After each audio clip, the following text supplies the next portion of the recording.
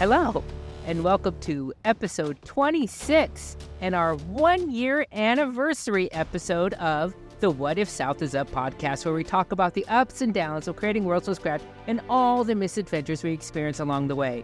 It's in a nutshell, how to wing it like an author. My name is Christina Xtina Lefebvre, and I'm in the middle of building my first world, a parallel Earth where colonization never happened in the Americas, and rewriting my first novel with a working title of Cogs and Claws. And celebrating me, not celebrating me, but celebrating with me today is my ride or die writing partner, Mr. Derek Hall. Hey, hello, it is me. I am normal. I'm not that great.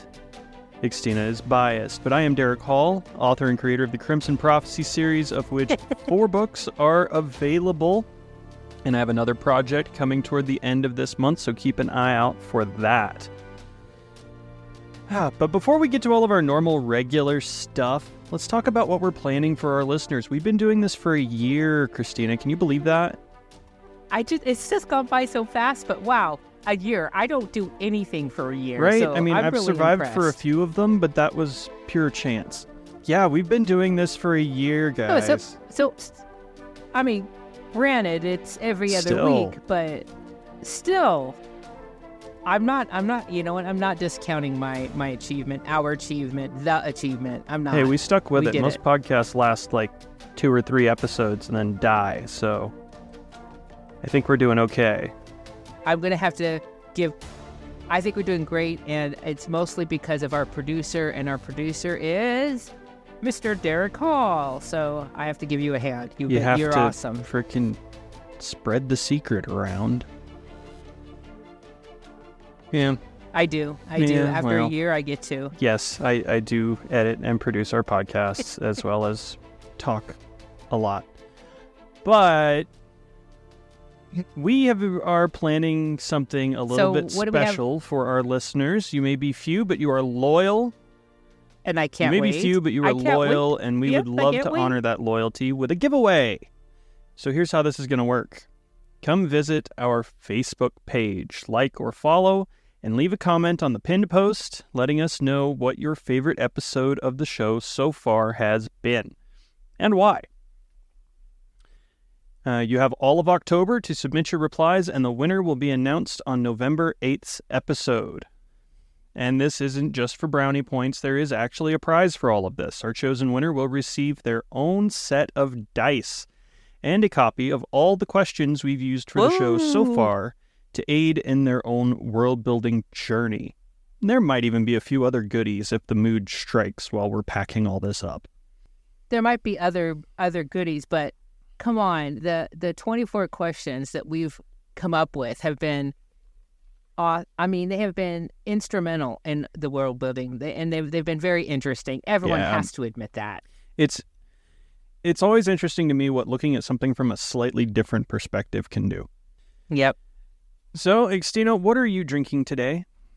I have a special surprise. So one of my besties, my best friend Heather. I mean, we've got like several. I can't say like my best friend Heather because it doesn't sound like I only have one best friend. I mean, like I got several of them, but Heather's one of them, and she made a batch Ooh. of sangria. So Homemade that's what I'm sangria drinking is tonight. awesome. Yes, it's nice. I- It's awesome, and it's been able to stew for a night. So it's so I usually good. make sangria for Thanksgiving, and yeah, you gotta do it a few days ahead and just let it steep. Let it steep. Absolutely. And Mr. Derek, what are you drinking? I have a concoction. It is a homemade concoction of my own homemaking. The best kind of concoctions. Well, yeah, this one's actually pretty good. I have a strawberry watermelon, what I have dubbed a moonlight margarita, which is a margarita, but instead of tequila, it is made with moonshine. Oh. Yeah. Oh. So you're going to see. Wow, that sounds intense. It's really good. I bet it is. I did a tarot reading for a client the other day, and she gave me a batch of homemade Oh my gosh, why can't I remember it? Not Bailey's, but the other one, Kahlua? Kahlua with Yeah. with Everclear. So Oh, yeah. she made a home, yeah. So My mom makes Yeah. Kahlua. Oh, it's yeah, so good. it's really good. I've got a bottle that's been kicking around since like 2018, and oh man, it's so rich at this point. You can like, it's got texture, and it's awesome. Yeah, it's good stuff. Sounds delicious. Yep. So, just curious, what have you been reading and or watching? I think Cradle goes without saying at this point. Without saying, I would say, yep. Without saying, yeah. But I feel like I have to read something as a writer. If I don't read something, it doesn't count. But still working on that. And I finally got around to watching Elemental, the Pixar movie, and I honestly Yeah. don't know how to feel about it. Oh, It was good. Like, Pixar rarely makes anything that isn't good, but I think I need to watch it again to really figure out how I feel about it. I tell you, it's deep. It's being from someone that is studying my ancestral past, my native past, and looking really closely into that. Some of the things they say, if you understand history, it just hurts. Mm-hmm. It is deep. It hurts, but it's fun. I mean, it's a kid movie. I mean, yeah. But yeah, I walked away from that movie with feels. Yes. Yeah. It didn't give me the same level of feels as, like, Brave or Yeah, Soul I can see that. did, Mm-hmm. but Yep, I can see that. there's definitely some feels there. I just haven't sorted them out yet. I can see that. I can see that. Yes, I liked it. Yeah, I did too. I don't entirely know what my opinion is yet. I think I'm going to have to watch it again. and let me know. You have to watch Yeah. it again. Let me know. But I would love to watch it again and like take notes on all the little quips that I don't Mhm. think people really understand the depth of what that statement is. Well, the director based it on his parents who immigrated from Korea into the Bronx. So it's a very personal story for him. So, like, kudos to him for making something that personal. Yeah, agreed. Anywho, I haven't finished Ahsoka yet, so no spoilers. But what have you been watching? After this, I'm gonna go watch the last episode of Ahsoka. So don't. Right. I'm glad you can't spoil it for me. I need to watch it too. Yeah. So interestingly enough, I watched on the same evening, back to back, Black Adam. That's a good one. Yes, back to back with Shazam. Mm-hmm. Both of them were the same, quote unquote, superhero, but told in a totally different framework. Yes. And it was very interesting. So Black Adam, it was, a very let's move kind of, movie. I felt like I was always catching up, so I didn't appreciate that. I felt like I always had to catch up. Yeah, that movie tends to leave you like 3 steps behind the whole time. Yes, until towards the end where it slows down a little bit more. But yes, while Shazam was a beautiful YA story, it really was. It at the very end there were some things I'm like, would a 14-year-old actually say or do that? But I was forgiving it. But yeah, have you met really any enjoyed 14-year-olds Shazam. lately? Not for the last time I did any substitute teaching for 14-year-olds was 4 years ago. So not recently, but in any case, I really enjoyed Shazam, and it really gave me hope for my book. It gave me, what's the word I want to say? I really want to focus on YA, and I enjoyed that genre. And I enjoyed Shazam on a totally different level than I did Black Adam. So they're very different movies. Very different movies. But what a wonderful way to see how an origin story for the same superhero, could be so divergent. It's very interesting. Yes, indeed. All right. Well, what world-building problem have you encountered or solved since our last episode? Zero. Zilch. Zun. None. Zun. Me neither. I'm still helping my friend with this software program for plotting. And one of the things I have to do is I have to input my outline into his software. And so I'm really focusing on, how to use his software and how my outline is missing in that. So it's not really any world building. It's just really more plotting. And I'm finding, that I have a few holes in my story, which is absolutely okay. But that's what I've been focusing my extra time on, is helping him with that. And what about you? Well, I'm still taking a break from writing proper, but I'm trying to figure out some of the logistics of book 3 as far as like timelines and character arcs and things like that go. So not world building per se as much as just general author angst and trying to sort out the details of the final chapter of my trilogy. So, we may have to adjust our question to be not just what world building problems, but what world building and what story problems. What author problems are you facing this week? Yeah, I think we're gonna have to. Yeah, because there comes a time when you got your world pretty well fleshed out, figured out. Yeah, it's time to. And then you're gonna be working on the littler things. Mm-hmm. Yeah, I'm trying to sort out some timeline craziness and things like that. I know you are, and I feel your angst and I feel your pain. Yeah. Yeah, it's rough. Yeah. It's really rough. But figuring out where to start, where not to start is very... It's interesting. It's hard. It's not an easy task. It's not as easy as people think it is. Just start at the beginning. But where's the beginning really? Yeah, it's hard. It really is. Oh. All right. So without telling Derek, I've unilaterally made a decision about our Darlings Dead or Alive section. Rude. Okay.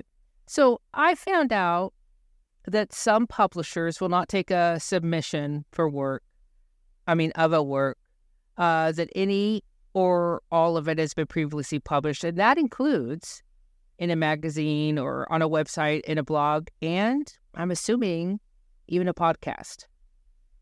And while my talented co-host is self-published, and I think plans on remaining so, I do hope to go trad, aka traditional. So I will only be submitting Darlings that have died. So the segment where we submit a single sentence from our current work in progress, or WIP, which we give zero context of what that sentence means from here on out, will be titled Dead Darlings. Assuming he agrees, of course. You do you, but I do what I want. The joys of being indie. You do whatever you want. Doesn't mean people will buy it, but you can do whatever you want.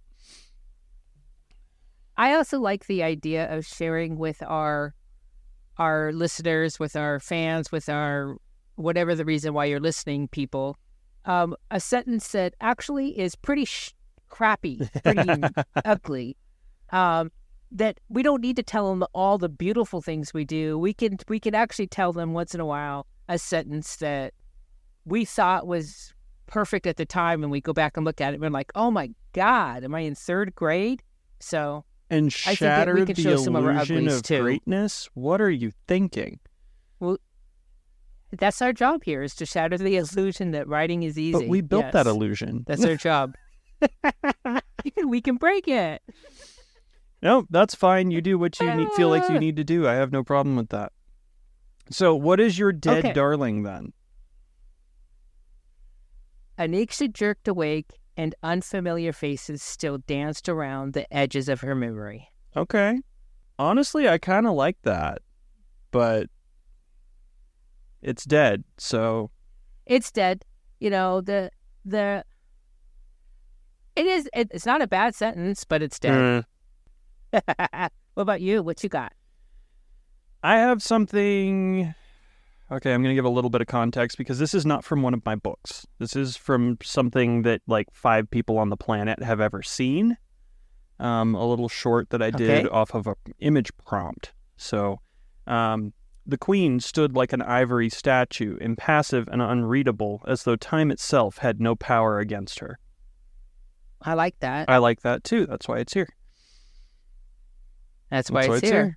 Impassive and unreadable, as though time itself had no power against her, which makes the assumption that time has power over other people, and time will be something in this story, a theme or something. Interesting. There's a lot there. Yeah. So that whole prompt is really just one scene that I have written. It's about 1,500 words. And it has absolutely nothing to do with time. But I really like that sentence. Oh. Okay. Okay. I think you should use this as a prompt and write a news story. Right? I might have to. I do want to eventually expand that prompt into something, short story, novella, something. I don't think there's a whole book there, but I do want to expand it. But for our 1-year anniversary, we have decided to talk about lessons learned from podcasting, whether they be technical or writing related, world building related, just anything that has something to do with podcasting. So Christina, what have you learned in the last year of doing this? Okay. So I kind of wish we had thought about this like a week ago so that we could, like go through all the questions that say, like the specific points that something has taught me. But one thing, a thing that doing this deep dive in world building has taught me is that there's so much to learn about our worlds that can actually make our worlds, the stories, denser and with more texture. Yeah, absolutely. The littlest, tiniest idea can send a ripple through your world. That butterfly effect that I think can not totally change the story, but totally change the tone. Yes, very much so.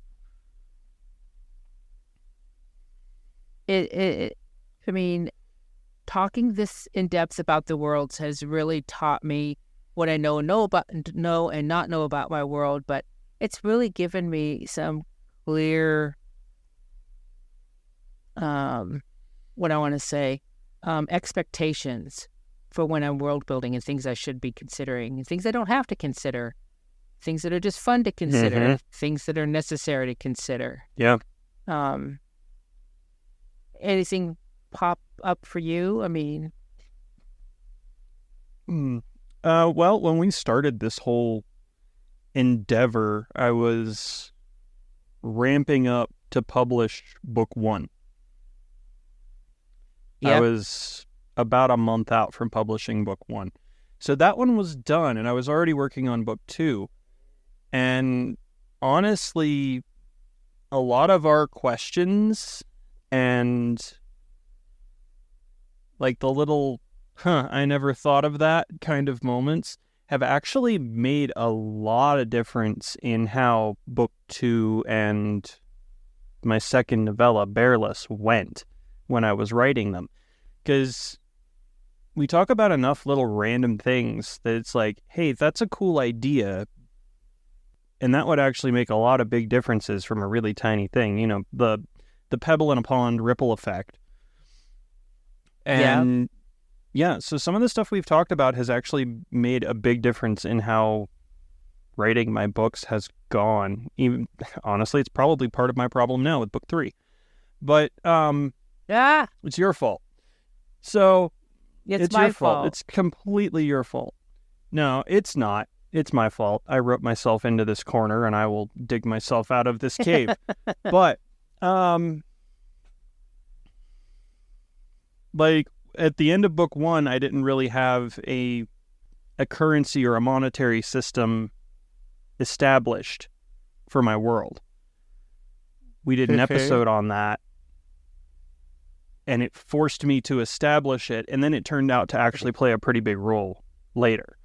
And things like that, like we talked a little bit about legends and folklore with the Continental Drift episode, the continents being on the backs of giant turtles and that sort of thing. And that also played into the story because I was having to build legends and folklore for different cultures to go with the books. And it's one of those things that like you don't necessarily think about until you have to do it. But once you have to do it, you realize how difficult it is to build a culture from scratch. How intricate. Extremely intricate. Because you're building something that presumably has, meshed into whatever it is over thousands of years or more. And you're literally, pardon my language, pulling it out of your ass as a writer. You don't have thousands of years to let the legends stew and meld and mellow and smooth out and, perfect that tribal storyteller's delivery or anything like that. You have to have it come out right the first time, and it's hard. It's really hard. And something interesting about that is that neither one of our worlds is completely based off of something brand new. I mean, both of our worlds have some fundamental things that are understood by our reading audience. Oh, yeah.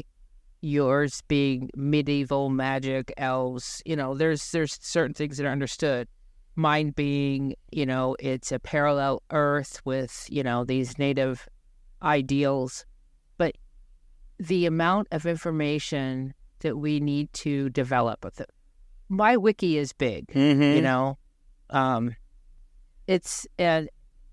so I guess what I'm saying is that it's really amazing that even though we both started off with something that was kind of known by most people, our divergence, our development of that specific world and the minutia that's involved in it is very fascinating. Yeah, well, that's kind of the skill of a writer, is to take something familiar and make it unique. Yeah. True. Yeah, absolutely. Yeah, I agree. Another thing that I've learned when we talk about the podcast specifically and use it for marketing. Yeah. Marketing isn't easy. Marketing, yourself as a writer or marketing your books isn't easy. You have developed and published some. I still haven't, but I'm still looking into the future saying, how am I going to market myself? How am I going to put myself out there? How am I going to get followers? How am I going to get all these things to happen so that I can sell my product? The podcast taught me. See, I tried to do a podcast before I met you. It wasn't for writing, but I tried to do a podcast, and it just wasn't playing to my strengths. But finding a partner who can, how do I say this? You each have strengths that the other one doesn't have, and then you work together to develop something that is better than what either one of you could have done alone. the value of that, I can't even put a monetary value on that. I mean, it's been amazing to work with someone who is in a and I'm not just talking about the production part, but when we decide on what we're going to do for the episodes, when we decide how we're going to have the each episode flow. One day, you're not feeling very up, your emotions are low, my emotions may be low, but we work together, and our product that we have created, I think, is something better than what either one of us could have done alone. Absolutely. Yeah. It's, to pull out a school days analogy, it's the group project. You put 5 people on one thing and everybody has their thing that they're good at. You end up with something better than what each person could have done on their own. If, ideally that is how that group project would go. That's never how it actually goes. But ideally, that's how it would go. Ideally. So I completely agree with that. I will. Yeah, I'll admit that I'm not doing enough marketing about the podcast and or myself as a writer.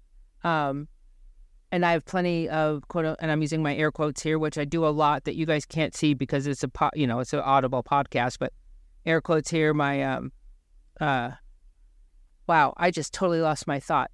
Where was it going? Deep into the digression pit of despair. It must have been really deep because I got lost. I can't see anymore. You have your air quotes something. Yeah, it just doesn't matter. Okay. Obviously, it wasn't that important. If you forgot what you were going to say, it must have been a lie. Well, it wasn't a lie. It's you just... don't know that Southernism, do you? Excuses! This is... Okay. I have all the excuses in the world, which, is actually... No, I don't know that one. I don't know the Southernism. But excuses is the air quotes. We all have... Well, the majority of us that are trying to make a living out of writing are still working a full-time job. Okay? And or we're working a part-time job, we're trying to support a family, and or we're the sole person supporting our family. A lot of us have different types of abilities and disabilities that we're trying to manage. So I think I could be doing better, but I am so impressed with us for being able to hit 1 year. Me too. I honestly didn't know if we'd make it. Because I had no idea if we'd make it either, but I'm glad we have. Yeah. So whether the listeners are there or not, are you out there somewhere? Say hi. Leave us a comment. Whether the listeners are there or not, we're sticking this out. So you're stuck with us. Yep. And we're going to keep going. Because this is just as valuable for us as we hope it is for everybody else. We just record it and throw it into the ether of the interwebs, but into the void. Even if you just listen to us to see how we work out problems or how we have this thing that's thrown at us and how it fits in our world and how well we know our worlds or not. And that is one thing that I've learned over this podcast is that I may not have anything done, but boy, do I know my world. I know my world. I know it very well. Yeah. Very few of these questions have actually thrown a curve where I'm like, I have no idea what my world would do or my human would do or my person would do or whatever, But building a world, you can't sell that. No. You've got to write the product. You've got to write the book. I mean, you can sell a world. You could turn it into like a role-playing game or something and maybe sell it that way. But yeah. That requires work. Well, yeah. So does writing a book. So does building a world. Yep. And writing a book is not as easy as everyone thinks it is. Just because you can write a sentence does not mean you can write a book. No, it does not. Yeah, I mentioned to somebody, like a vague acquaintance from a job that I used to have, that I was writing a book, and he's just like, oh, so you must type really fast. I'm like, not really. That's not how this No. works. I was like, I'm not transcribing your medical records, bro. I am not a professional typist. Like, I do okay, but no, that's not how this works. It's not how this works. I've learned so much over the last few years of trying to learn the craft. I've learned so much just talking with you and being in this podcast on building a world, consistency with, with the podcasting and stuff like that. And, every week we try to come together and we say, hey, well, when we're talking about our darlings, basically what we're trying to do is hold each other accountable for having written some words. That's basically what we're trying to do. Yeah, pretty much. And that's been important too. Yep. It's absolutely helpful to have a friend that does the same things that you do, even if they do them in a different way, that you can talk to and go to with questions, problems, accountability issues. Like, yep. I have to edit this chapter, check with me tomorrow and make sure I did something. That sort of thing, that will follow through with it, because it's really hard to find people that'll do that. And if you're a writer and you have somebody like that, good for you. Don't let them go. Circling back to our critique partner episode, oh God, having somebody in your world that can write with you is one thing. But if you guys if they don't make you feel good as a writer, that is not somebody you need in your life. That is not somebody you need in your writing world. That is not somebody that's going to help you get better. It's just not. So finding the right partners, critique partners, beta partners, accountability partners, whatever, is crucial, because writing is such a solo game. It's such a solo task. You even introverts need somebody to say you got this, or you're on the right track, or do you really need that? Yep. Someone you trust. Yep. Well, I just sent a chunk of my book 3 through our current critique group this past month, and there was a lot of, I don't think you really need that. But I want that. But you don't need that. But I want that. I want that. I want it. Yes. There's a ton of that. And that's helped me with we get attached to our stories and turn into angsty toddlers, but I want it. Yep. Yeah. This is why we have darlings. But nobody else wants it. Yes, this is why we show our darlings. This is why we have darlings, because we'll get attached to something that we really don't need in the story, but we really like it and we really want it to be in the story. So, yes, buddy. I gotta say that I've very much appreciated this last year of not only the ether people allowing us to put this out into the ether, working with you, your tenacity, my lovely character has been, a great coming together. And I've really appreciated being able to work with the podcast over the last year. I have too. It's been... It's a change of pace. It's a different way of looking at things other than staring at a blinking cursor for hours on end. So it helps you work through problems. It helps you figure out what you're trying to do. Even if, carnivorous trees or whatever the subject of the day might be has nothing to do with your actual story, trying to fit it into your world and your story makes you think of things in a different way. And it's all about perspective. Should we put carnivorous trees in our list? That could be fun. I like that. Yeah, I think that should go in our list. I found the Entwives. They're in my world. Well, that was fun. That was fun. Not only this episode, but that was fun for the year. It's been a whole year of fun. Let's do this for another year. Absolutely. At least. So, Oh, by the way, I just want to let our listeners know that I do have 2 different TikTok authors who will be joining us in the near Whoop, future. whoop. This is going to be exciting. Yes, if you want to join us, we would love to have you too. Also, if you're a world builder, newbie or not, well, I just said that. We'd like to have you on the show. It doesn't matter if you're writing a novel or, Well, that was fun. maybe you're just a D. That's supposed to be my line this week. I'm just being an ass, Christina, Okay. and you know how I am.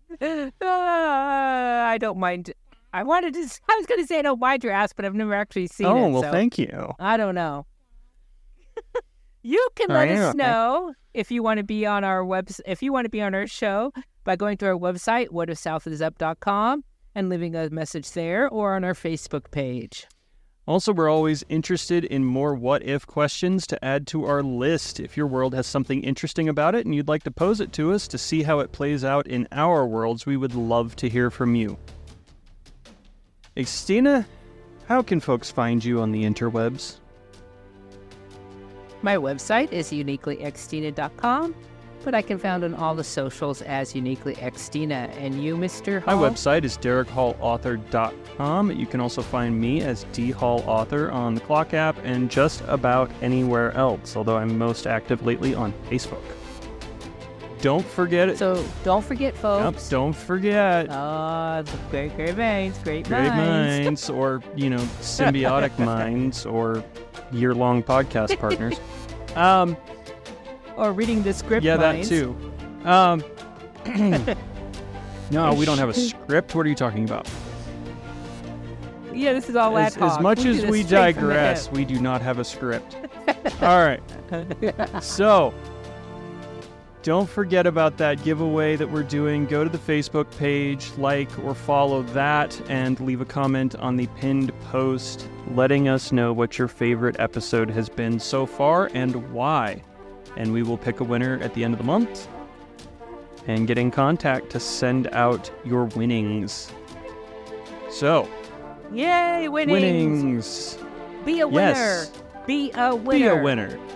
Like our podcast. Like our Facebook That page. too. And you could be a winner Yes, too. absolutely.